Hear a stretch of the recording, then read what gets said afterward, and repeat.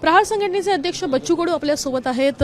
बच्चू कडूजी, खरं तर प्रत्येकाच्या नजरा तुमच्याकडे लागलेल्या आहेत, कारण विधान परिषदेमध्ये तुमची वर्णी लागणार अशा संदर्भातलं खरं तर चर्चा मोठ्या प्रमाणात रंगताना बघायला मिळत आहे। एकनाथ शिंदे यांच्यासोबत तुमचं काही बोलणं झालंय का? काय नेमकी परिस्थिती काय नेमकी? मला ते मीडियावरूनच सगळं समजलं आणि म्हणूनच बातमीन त्याच्यातून पत्रकार परिषद तयार झाली।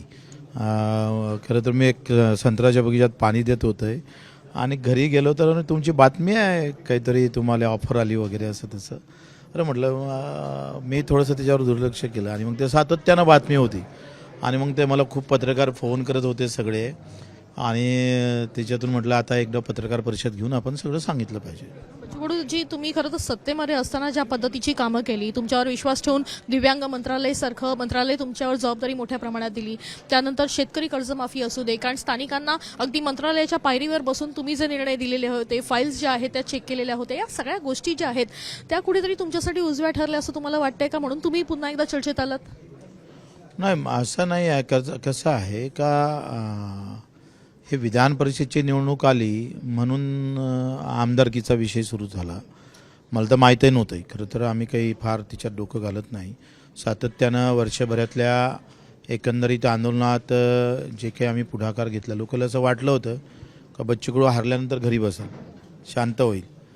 पण मी माझ्या आयुष्यातल्या 20 वर्षातला इतिहास जर पाहिला तर या एका वर्षात मी जास्त ॲग्रेसिव्ह होतो, जास्त लढलो अधिक ताकदीने आणि हारीतूनही विजय कसा मिळवता येते ते आम्ही शिकलो याच्यातून। पण आता शिवसेनेसोबत तुम्ही खरं तर जाणार अशी चर्चा आहे।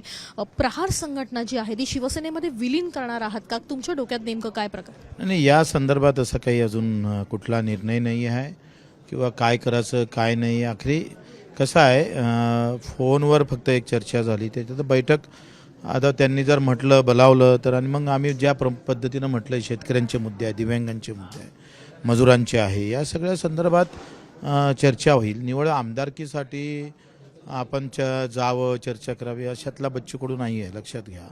चर्चा तुमच्या देश विदेशातील प्रत्येक घडामोडींचे लाईव्ह अपडेट मिळवण्यासाठी आता साम टीव्हीच्या सर्व सोशल मीडिया प्लॅटफॉर्मला लाईक, फॉलो आणि सबस्क्राईब करा।